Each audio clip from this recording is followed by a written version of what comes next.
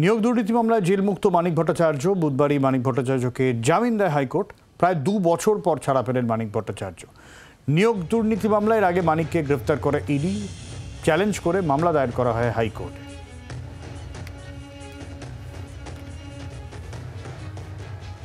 মানিক ভট্টাচার্যকে নিয়ে আর কি আপডেট রয়েছে, আমাদের প্রতিনিধি রনয় রয়েছেন আমাদের সঙ্গে। রনয়ের কাছ থেকে আর কি আপডেট রয়েছে মানিক ভট্টাচার্যকে নিয়ে জানবো। রনয়, দেখো, তুমি জানো যে শিক্ষক নিয়োগ দুর্নীতি মামলায় ইডির হাতে গ্রেফতার হয়েছিলেন এই মানিক ভট্টাচার্য 2022 সালের অক্টোবর মাসে।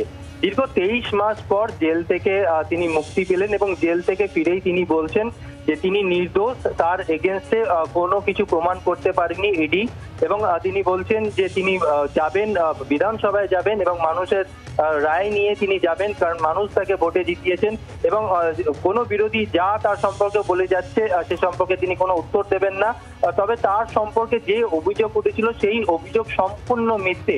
এবং একই সঙ্গে তাকে যখন আমরা প্রশ্ন করি যে কোর্টের বেশ কিছু শর্ত রয়েছে এবং তিনি এই প্রসঙ্গে তিনি কিছু বলতে চাননি, তবে তার বক্তব্য যা যা শর্ত রয়েছে তিনি সমস্ত শর্ত মানবেন।